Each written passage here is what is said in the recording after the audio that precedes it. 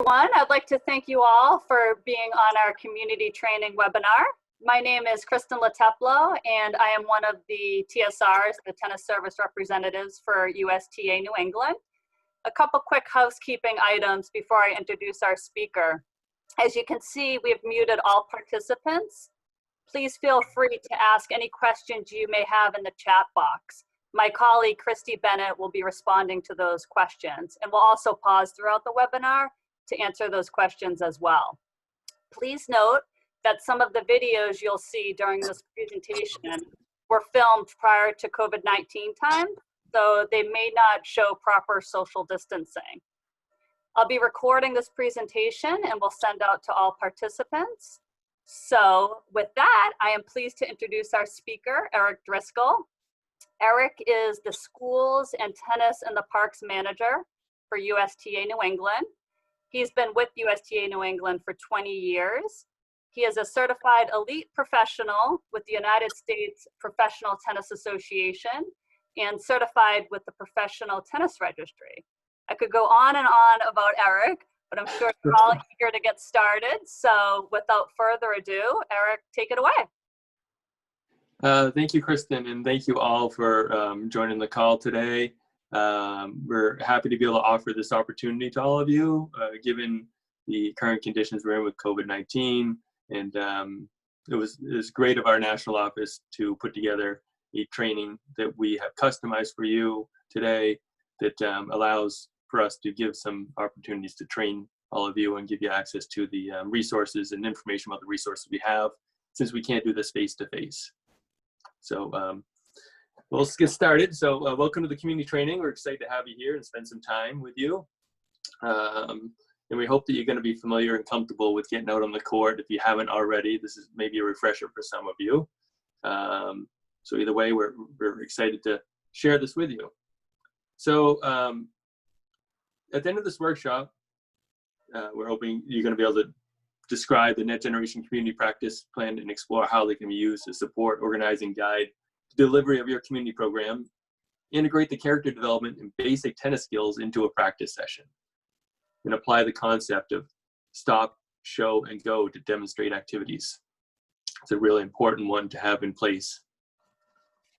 So what exactly are the Net Generation Community Practice Plans? The goals of all the practice plans are to have a game style play and to create and engage more children in tennis. We find that we can do this with game-based play. This is research for over the last couple decades, so we really like to have that in place. We have a learn to play model. That's what the Net Generation is set up as. We use a modified equipment for early success, which many of you are familiar with. We use challenge, skilled, and play styled activities. And we have turnkey plans created for all of you to put the program into place in your local communities. So our program philosophy, what is it? So Net Generation is the same program philosophy throughout. Number one starts with fun. If you ask kids why they do something, they do it because it's fun. So we want to make sure we're doing that. We're gonna try to help them achieve success in physical literacy, offer better learning opportunities, help them with tactics, help them with their technique so they have fewer errors, and with the athletic development principles. So this is something that's baked right into all the practice and play plans. All this is done with appropriate equipment for the child. Many of you are aware of the tennis equipment that fits the child, from the rackets to the balls to the court size. You can see here the red, orange, and green court. It's been named several things throughout our history with the 10 and under tennis, quick start, going back a ways. But now it's just red, orange, and green. We now have the ability for kids to be able to play the sport right away, which is a great advantage to what we had in the past. In this webinar, we're going to focus on the community red curriculum. There's also practice plans for orange, green, and for coaches in school, and they are working on at our national level a yellow curriculum as well under community. With the red community plans, we have community 1, 2, and 3. So community 1, recommended age levels are 5 to 8 years old, and that's for beginners.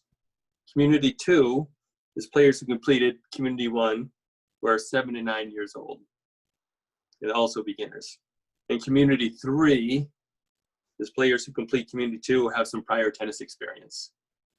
And the target age is for 8 to 10. So the structure of the practice plan plans. The practice plans make it easy for coaches like yourself. Every practice is set up the same way. This gives continuity and structure to the coaches as well as the students. That's something that children really like, is have continuity and structure. So you can see how it's set up. We have a warm-up, the pledge/character development, which I'll be talking about further later.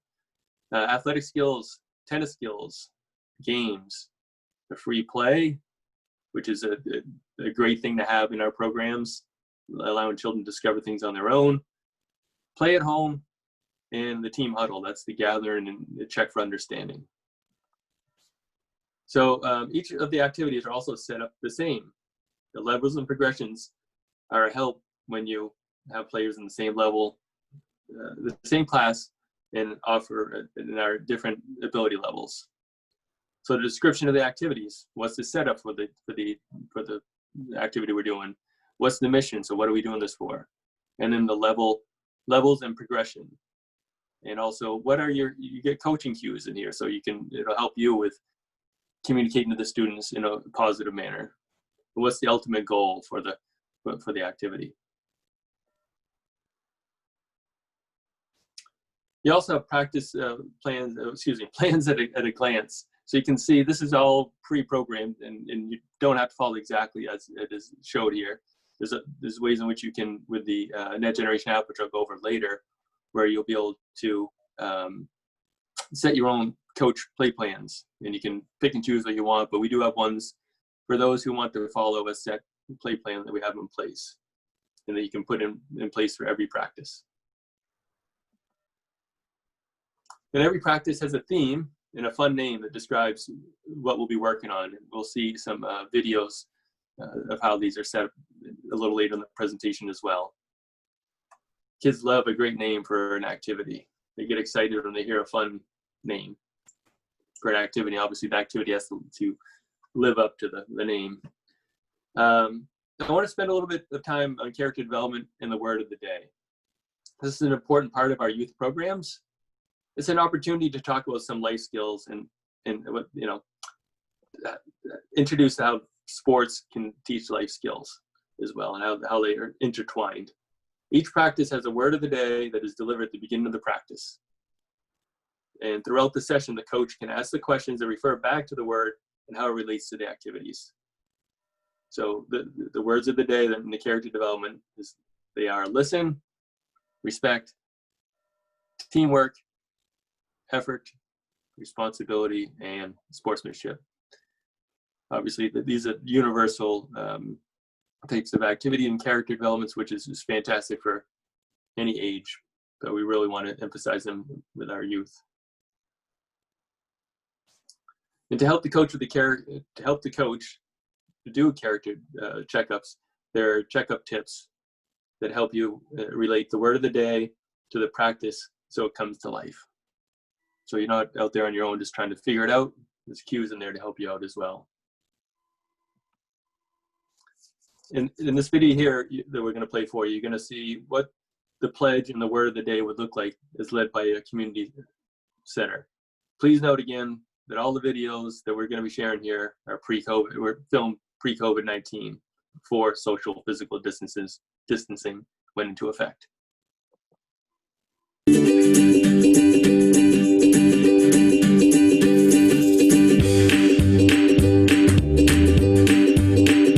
We want to build players off the court just as much as we do on the court. Each practice starts with the community pledge. What I'm going to do is so we can recite our pledge. Are you ready?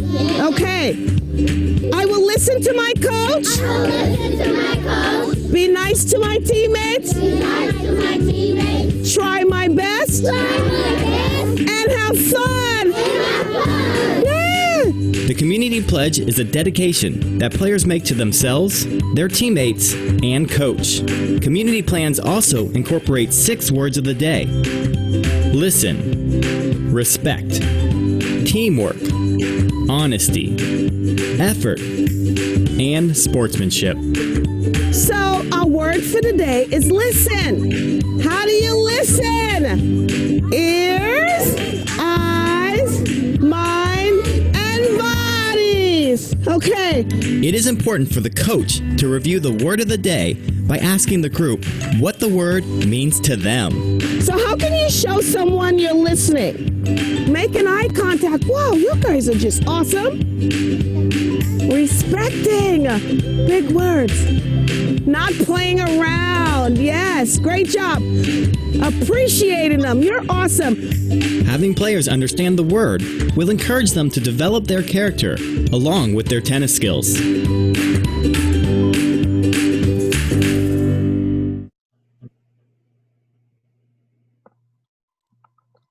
So I really love the way that that's laid out in that video, especially when they, the eyes, the ears, the mind, the body, and they actually, show that on there, with, point to the different parts of the body as you speak through that. So here's what a typical practice plan looks like. You can get these available through the app. We'll talk about later the Net Generation app. There, you can get the hard copy of the curriculum. And also you can print it out by going on to your profile and printing out the plans if you want to do it that way and put it on a clipboard. So there's 3 different ways minimum that you can use these resources, which are all free. Most of these activities have diagrams that show the setup for the equipment and for the players. So if you want to use it this way, you can. If you want to look on the app, and on the app, there's videos that'll show you how to set up too. So if you're a visual learner, you get 2 different ways of doing that. And throughout the practice plans, there are coaching cues to help you quick and easily to quickly use positive tips to the children in your class, so that it's very easy to follow coaching cues that are going to connect with your students. And on the Net Generation website, there are videos for most every activity, so you can review them before practice. And we're going to go over a few here. And again, there's social distancing. They're all pre-COVID filmed. But on this first one here for half-pound lobster trap, look how check out how it follows the written description and notice the setup for the activity. And I think at the beginning here is no sound, but the sound will come in after like 5 or 10 seconds.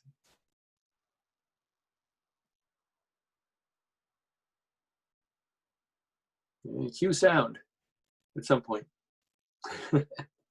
This is half-pound lobster trap.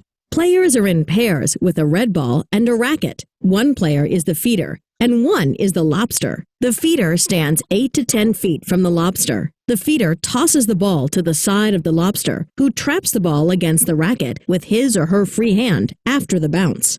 The lobster drop hits the ball back to the feeder. For a 2-hand backhand, hold the racket with the non-dominant hand at the top of the grip and trap with the dominant hand. When drop hitting the ball back with a 2-hand backhand, drop the ball with the dominant hand and put both hands on the grip to hit back. So that's the New England video, the half-pound lobster with the lobster. So it's like a New England specific, just making a joke. So next is, here's Keep It Moving, and notice the mission on this one. So that's a good one to check out for. Check out what is the mission.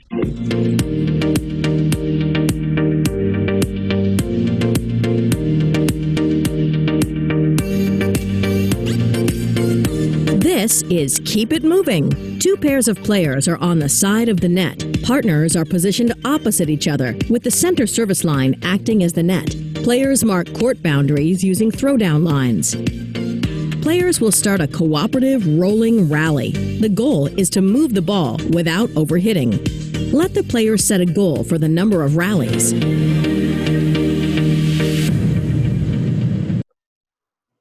So just a couple of things here is that's one it looks like we can do in COVID. And also this is red ball community. So this is, geared towards that age or ability of child. So just as a heads up there. The last one we're going to be looking at here is the shake hands toss. Obviously one we can't do during COVID-19. The kids are literally shaking hands and holding hands. So, when you're looking at this, think about activities that you currently do in your programs and one such as this, and how you might be able to, I know this is something you all have to do in your programs, is figure out how to do things differently right now. And maybe just think about this one and how you might be able to do it differently.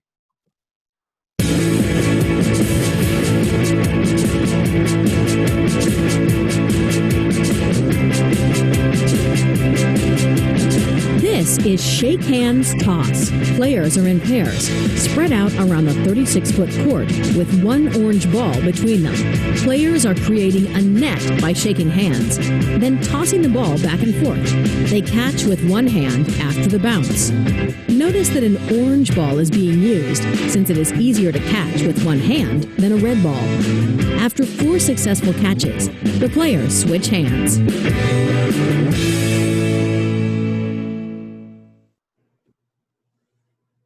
So someday we'll get back to where we can be that close together and be able to touch the ball in other people's hands again. So I'd like to check right now, see what we have in the chat for questions.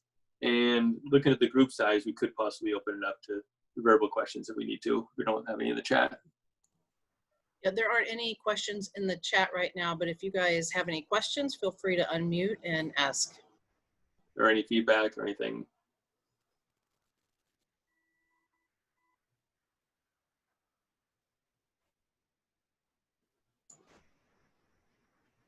Anyone? I could do the Ferris Bueller's Day Off. Anyone? Anyone?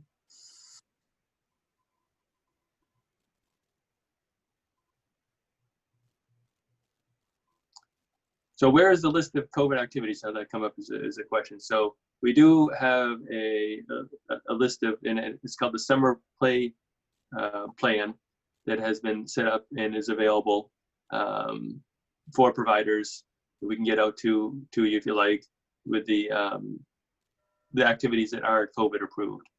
So that's something that we have put together here at the USTA for programs.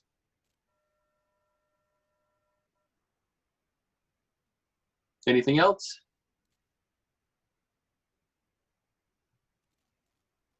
Okay, guess not. So we'll move on to the next part of the presentation here. So setting up children's stations is a great way to have smaller groups working on individual activities. You can have a coach with each group and then rotate them. So you can have small groups and rotate them through different activities. To help with the stations, there are station cards available to download via the app again and in your next generation curriculum. They have a diagram and the activity directions. So these are great if you have large groups at some point, or if you're trying to socially distance your participants. Another feature of Next Generation are the activity sheets that have been developed. Coloring books, word of the day, ad libs, STEM activities. It's all there for you to help deliver your program. These can be used during your programs, during the summer camps, take-home activities, however you see fit. So we talked a lot about all that that's available with Next Generation in the community curriculum. Now let's put it all together. And the key ingredient is all of you as our coaches. You're the ones that are gonna make it happen out there. We're hoping all these activities and things we put together are gonna make it super easy for you. So let's talk about how to use all these fantastic resources. Previously, we've talked about what to coach, and now we're going to go into how to coach. The kid looks like he's got a facial expression. It's much older than you always get going. That's amazing.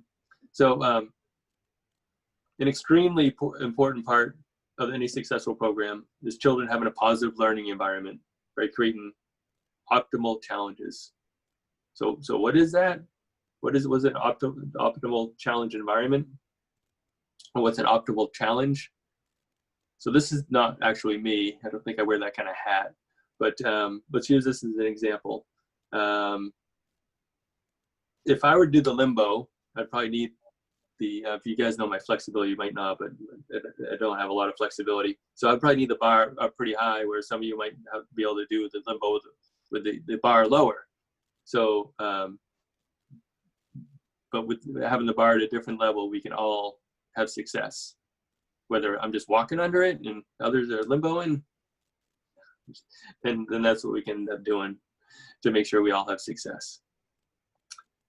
So this is how we create our practices with different levels for each activity. So next, I'd like to talk about the positive communication, which is critically important for children. You know, on the screen, you'll see some suggestions on how to ensure you provide a positive experience. So positive communication, you provide encouragement, you catch them doing right things. So you recognize them when they're doing right things. Use positive language, use cooperative style type questions, open-ended, praise effort rather than the results, and you communicate instructions clearly and precisely, because when we do that, we're gonna have, you know, the kids are gonna understand what's going on, things are gonna go smoother, you'll have more time on activities. And here's a challenge to me and to all of us, is to eliminate these three words, which is don't, not, and no. I mean, this can be really difficult right now with don't touch the tennis ball, you know, because they can't share tennis balls right now or what have you, when we get, especially for our youngest participants. But, you know, try to find other ways in which to use positive, open-ended words. So in relation to this is the positive verbal communication. Positive verbal communication is really important, but also is the nonverbal communication we use.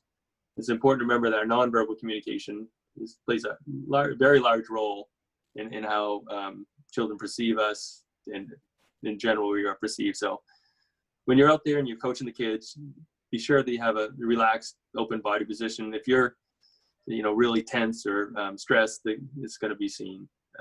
You know, positive facial expressions, your tone of voice, making eye contact, making sure you get down to the child's level, and using positive gestures.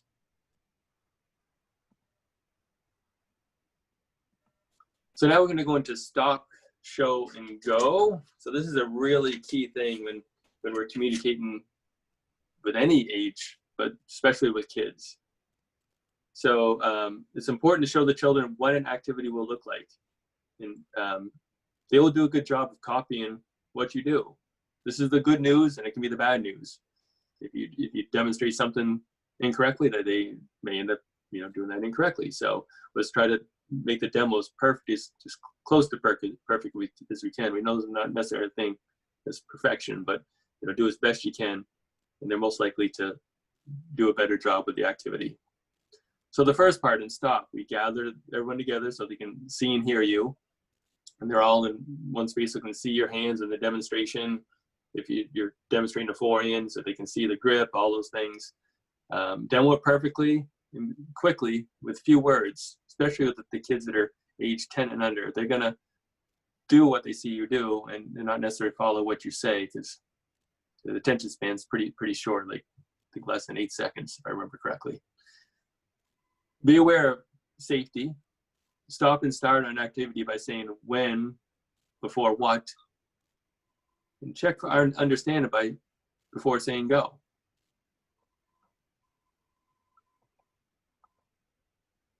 If you remember stop, show, and go, it'll help with your demos.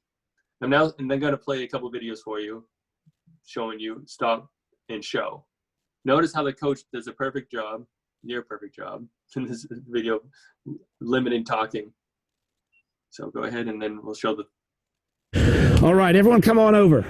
We're going to do some warm-up activities.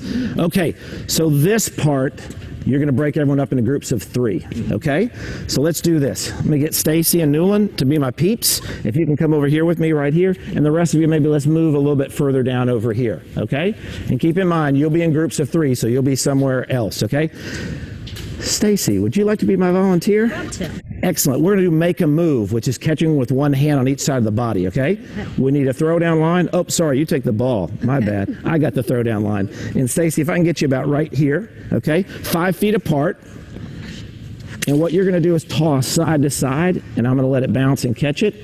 And you just move me side to side. I'm going to catch with one hand on each side. Can you do that? Yep. Ready? Yes.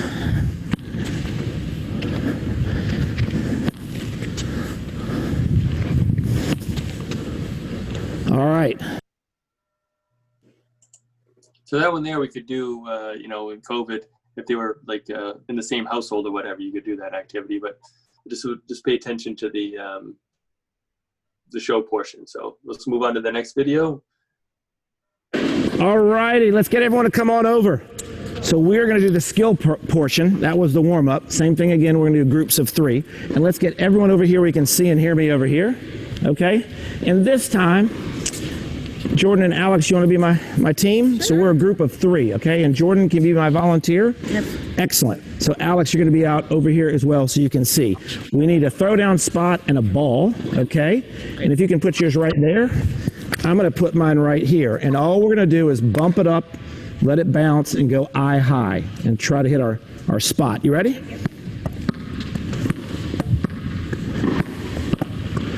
Pause it there for a minute, Kristen. Step with a partner. You and I together. I'll put my ball up. We're going to hit alternating to that. So you go first, and I'll go second, and keep going. Awesome. All right. Now, if you can come over here for me, Jordan, right here. Okay. I'll get this out of the way. And we're going to hit over the line like it's our net.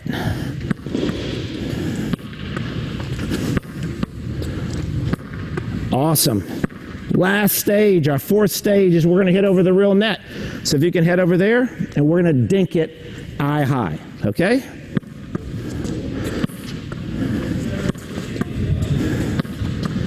Excellent. So just a couple things there.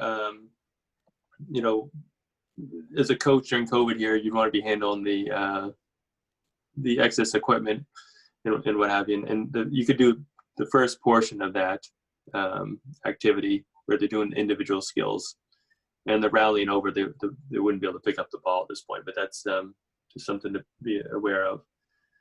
So that was the go part. And notice they got through 3 different levels of the activity in a very short period of time, so that all the coaches would know, you know, what the first part is, the second part, and the third part. In the last video, the last video we're going to show here is going to be the check for understanding. So make sure everyone understands before they get going into an activity here. So check this out. This coach does a really good job with this portion of the stop, show, and go. So we're going to give you 3 chances to serve. Does anybody remember where you're going to serve the first time you go to serve? Donatella? At the orange line you're going to. If you need a second serve, where are you going to serve from? Andrea?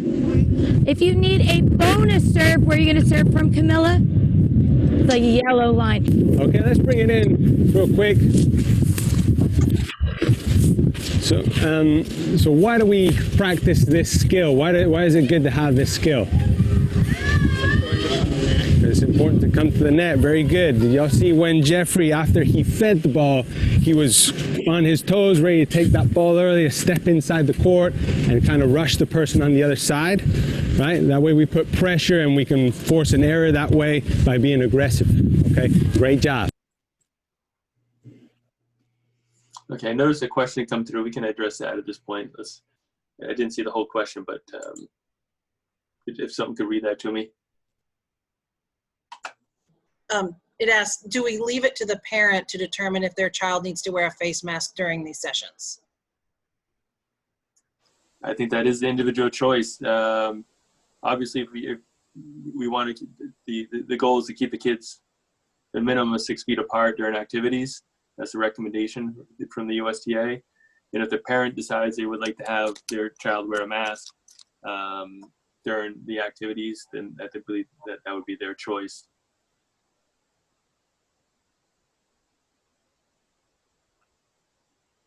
Any other further discussion on that with the mask? Because that's a sort of individual choice. I think with outdoors, especially at this point, where physical distancing can be adhered to. All right. Well, as the practice plans progress, we go from individual skills to partner, then to group. We'll just go over, each of these. So with the tennis skills, we have the individual stations. And then when we move on to the partner, the activity, we're encouraging teamwork. We're introducing problem solving. And we're continuing to add some game components. So there's building blocks here. And we get to the group activities. We're playing the game, we're rotating players, and we're utilizing game situations to build on the skills. And as mentioned, stations are a great way to keep a group busy with activities. It prevents boredom and could help, obviously, with social distancing if we keep small groups, apart in an activity. Right now, there's not a lot of large group teaching going out there, so that's probably not as much of a concern. But this is just another tool for you to have when you're out there running your programs.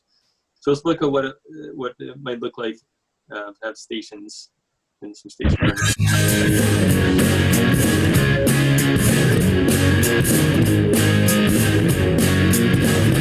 Stations are great for both coaches and players. I'm going to break you up into groups. So let's go. 1, 2, 3, 4, 5, 6, 7, 8. Coach T, here you go. Using a station format allows a coach to only focus on one skill for the majority of the practice. There you go. How can you get it to go farther? More, hit it a little harder, right? There you go. Stations allow first-time coaches to build their confidence in leading tennis activities. Coaching cues can be found in the manual. Stations should be created around the playing area a safe distance apart.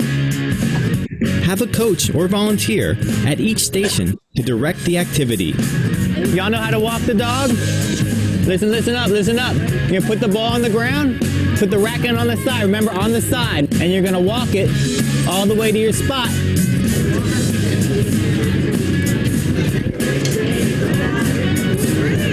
Players will rotate through the stations every 10 minutes. Go!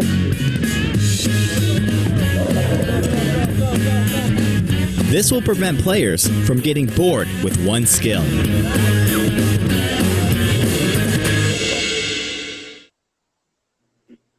So just a heads up on that one particular activity. Notice at one point the coach was walking backwards to demonstrate the skill when the player was on the other side on there. So just make sure, again, we're demonstrating it actively, accurately, because the kids might end up, you might have some that just follow the coach and start doing it backwards, and it doesn't quite look like a setup for a tennis stroke unless you're doing a tweener, potentially. Anyhow, so let's move on to organized play, and so the next progression here. When we get into the partner activity, it's important to be able to organize the players, because you're going to be constantly changing partners and moving people around. So, you want to have ways of doing that. And a great way to do that is to rotate them so that, you get kids playing with different kids, and, you avoid cliques and such. So how can we rotate players? We can do it through being the challenge, and then ensuring, and it helps ensure equal playing opportunities, so that not any one child is getting more time on court than another. And it gets an opportunity to play with different players. So you play with maybe the most highly skilled player in the group, and also maybe the least highly, and everyone in between. And how do we rotate? How do we go about doing that? There's several ways in which you can do it. You can do it by time. You can say, we're going to do this for 3 or 5 minutes. You can do it by task. They get to a certain level, what have you. Personal records, so that gives them the individual success if they can reach a number, so they're not competing against everybody in the class or the session. And then you can have a competition, whether that's cooperative or competitive. You can set that up however you like, and that's set up in the curriculum as well.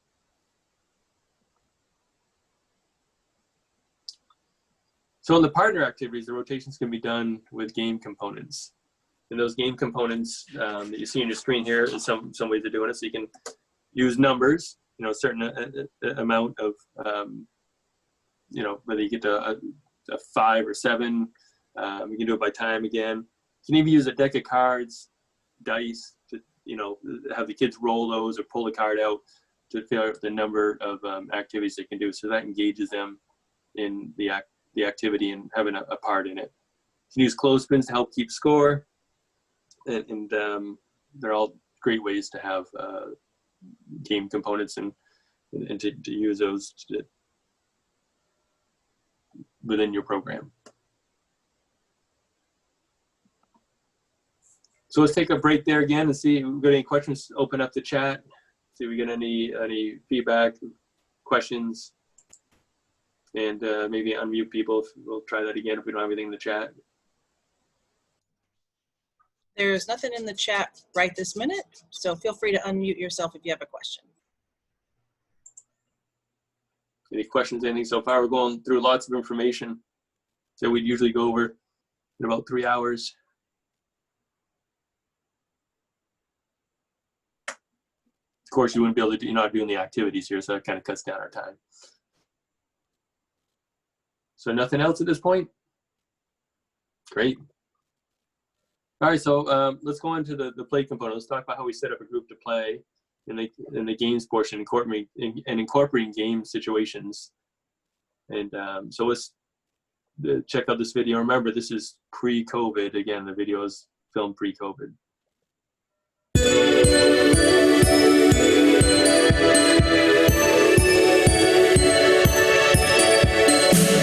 A group game will introduce friendly competition and use the skills that were practiced in stations.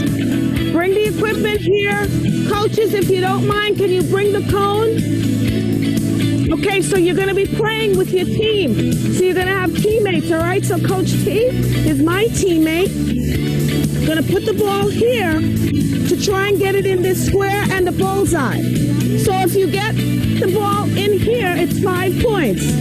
If you get the ball in the circle, it's 10 points, all right? So ready? You're going to cheer us on? Oh! Thank you. Coach T, it's your turn. Come on. The coach and another student can demonstrate for the rest of the group. Let's see what you can get. Oh, Priscilla with the 10. Oh, 5 points. Good job. Went a little far. What can you do next time?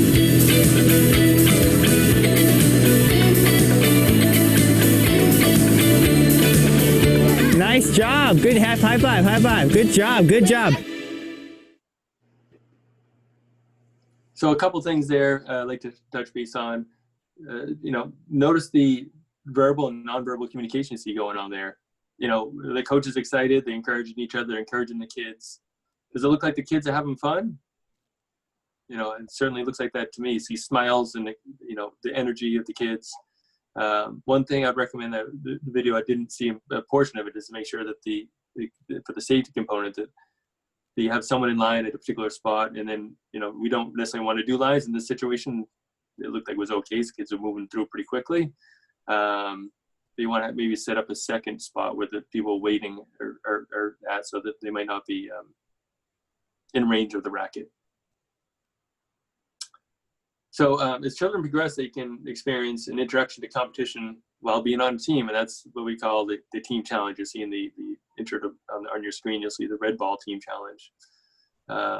There's 3 components of the team challenge, and they have the environment. So it's a low pressure environment where the kids can practice their skills and teamwork and fun. It's a very low pressure, fun environment. It's generally set up in many programs where it's just the kids that are already in a program are participating in. So it's engaging. So there's a social aspect, and it keeps them active and focused. So maybe if they've been doing all skills and what have you, we want to include the play-based component. So the team challenge gives the play-based component without having to go outside their comfort zone. And they can experience the competition again with similar players at a similar level. So it's a safe environment. In many of the team challenges we have been running this in the past, I don't know right now during COVID, but you have volunteers can help with the kids with the scoring and such, and rotations, and so it's a real fun environment. So it's important to talk about the safety, as I mentioned just a little bit ago. There's the safety on the court, and as it pertains to equipment and spacing, that's very important. So that's something you should all be thinking of on, every time you're doing an activity. What's the spacing? Where's my equipment? Where's it? What do I need to do to make sure that we keep the kids safely distanced in general, and then during COVID, it's even more important, obviously. Children with rackets can be a challenge, and you need to set the ground rules for them. The couple of good ones are when you're speaking, they're hugging their racket. If you're going to be speaking for a long period of time, they ground their racket, so they put it down on the ground. And then if they have a ball in their hand, that they store the ball, assuming that this is their own ball that they have marked and not someone else's. In the new area of COVID here, we got to make sure that we're first and foremost following the guidelines of the state and local communities. So make sure you're doing that. And it can be, tennis is certainly one of the safest sports that we've heard out there for during COVID, with the proper distancing measures followed. And regarding that, the USTA has been helping providers of every kind all over the country with how to navigate this time, and to make sure the environment is as safe as possible. Through the Tennis Industry United initiatives, and hopefully some of you have heard about this and what we've been doing in the tennis industry, we come together to help in the relief, recovery, and rebuilding during these phases of tennis being reintroduced. There are wonderful resources to help guide individuals and facilities through these difficult times. There are guidelines to help you navigate, provide the safest situations possible for all your participants and programs. You'll see the infographic here on the screen that we'll include in a follow-up email to all of you. We'll include this recording. And there's other resources via USTA and the Get Out and Play campaign and such. And many of the facilities, many of the facilities I've been talking with and rec departments over there, they're all posting this information on their court. So it's helping people navigate this time when they're coming to the courts and wondering what they should be doing if they haven't researched on their own. So again, we'll take a pause here, see if I have any further questions.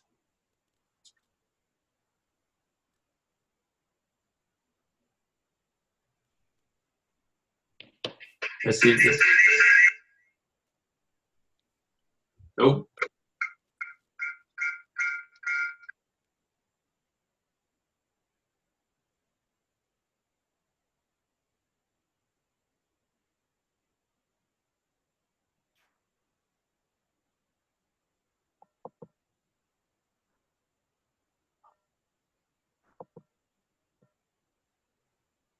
And what is that question? I was so proud of it.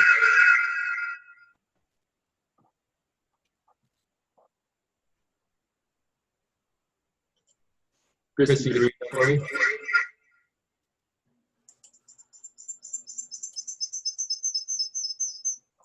All right, we should be good. What is the max amount of children and adults that you can have on a court? Well, for playing purposes, we have the USC recommendations are singles and also doubles. And with the doubles partners and participants, making sure they're adherent to social distancing. For actual programs or clinics and such, the USA there's no specific recommendation for that at this point. But I've heard as many as 4 people on a court to 4 to 6 on a court at a time, given group activities. Out west, I've heard as many as 10 to 12 on a court with cardio tennis. So it's varying across the country at this point. Again, we're going to go back to adhering to the USDA recommendations for play, and then for programming and other types of activities, we would adhere to the local and state guidelines, which most states here in New England, I believe, are all the minimum of 10 people per gathering. So if a program or what have you wanted to have that people gather, I think the minimum I think is 10 right now, and in some places I think it's as many as 50 in New England. So I hope that answers your question. Anyone else? All right. So let's switch gears and talk about another amazing resource that's available to you, the Net Generation app. If you're not using this already and are not familiar with it, this is a good time to go over this, and we'll go and you'll see lots of great resources also available for free for you here.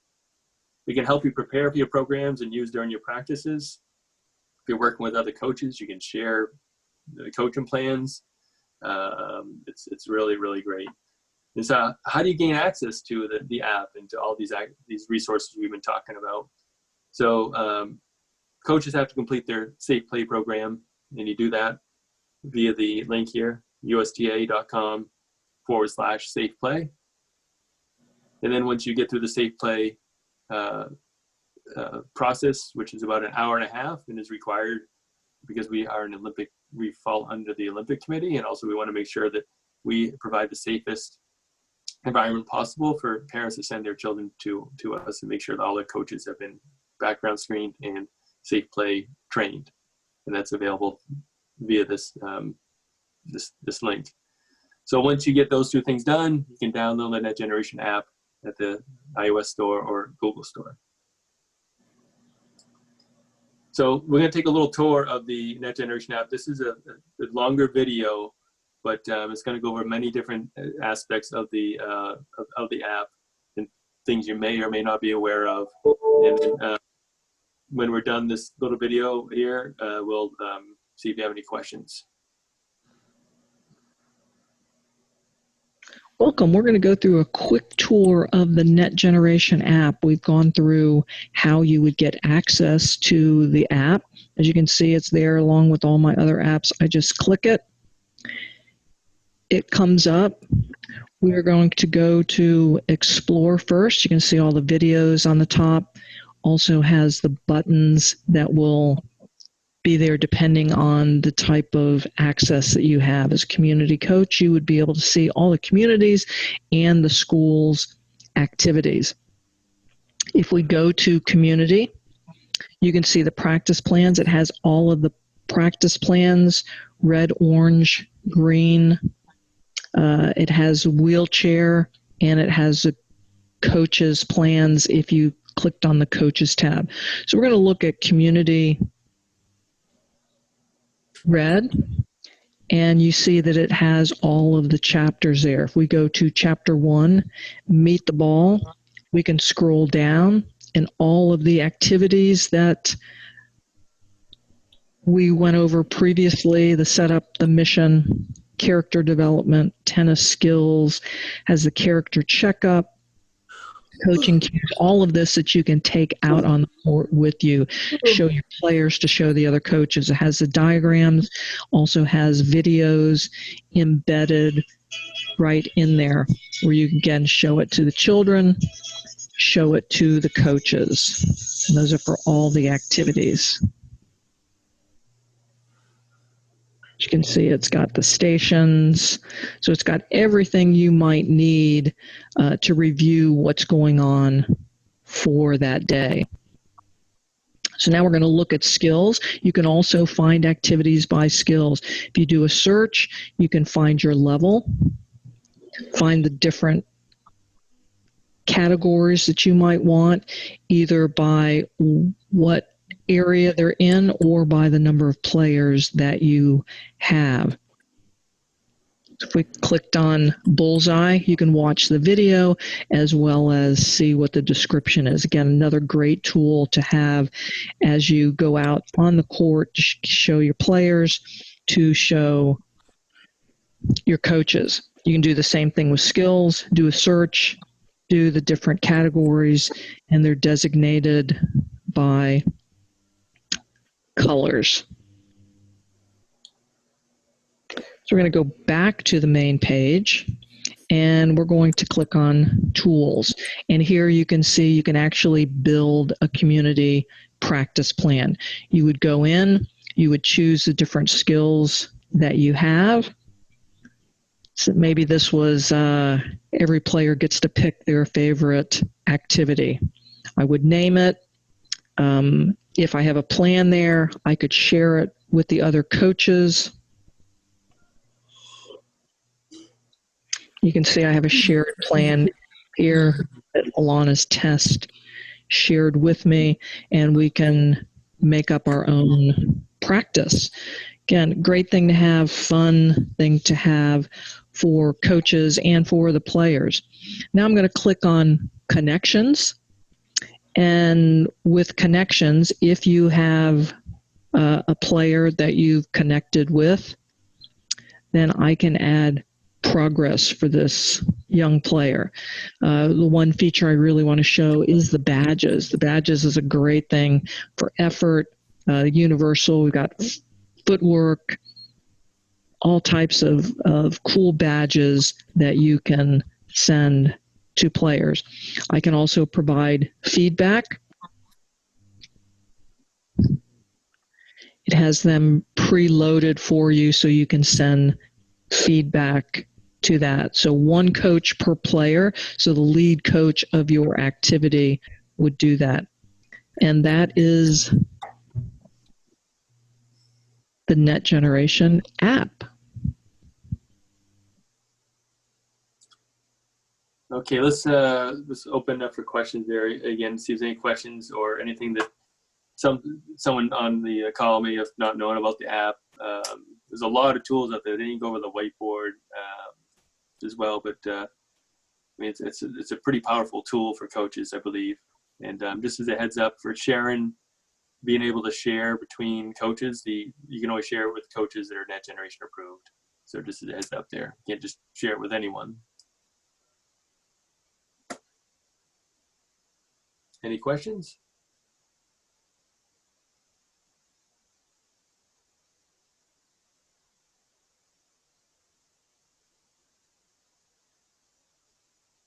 All right. I guess no questions on the app. That's good.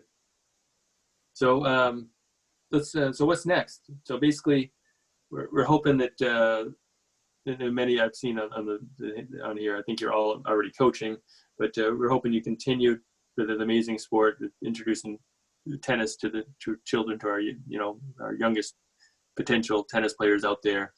And so we thank you for doing what you are doing, and we're hoping these resources are going to help you do it better and make your jobs easier. I don't know, a lot of times when we're coaching this, it feels like a job, but they make you have more fun with it as well. So it's also, with this, we want to make sure we connect all the dots to make sure when we get kids in our programs that we have them continue on their tennis path. So once they have some skills, that they keep going through programs, whether that's in your area or connected through schools and our school partners. So we have at the USTA resources to get tennis into the PE programs at no cost of PE teachers. We've got all these great resources available for schools and for connecting opportunities for kids to continue in the sport. And so we just encourage you to help them with any connections. And we also encourage them to play at home with their family and look for a team challenge or to run one yourself if it's not already in your program, and take advantage of the Net Generation activities and resources. And as they progress on to maybe orange and green ball and beyond, and end up at the US Open maybe someday, right? That'd be a lot of fun. So let's go over some of the resources that we have available. We talked about. So we get netgeneration.com. That is becoming the consumer-facing website. In the future, as a coach, you'll be directed, once you go to netgeneration.com and sign in, you'll be directed to go to USTA.com. For providers, all of our provider information is being ported over to USTA. However, Net Generation will still be the youth brand of tennis here in the U.S. So you have the community practice plans available: red, orange, green, 1, 2, and 3. Then we have the coach play plans. We've got schools, wheelchair. We got the adaptive curriculum that's coming soon. We've got the Net Generation activities available to the videos. You'll have this workshop video after the fact to come back to as a resource. Eventually we'll have in-person trainings again.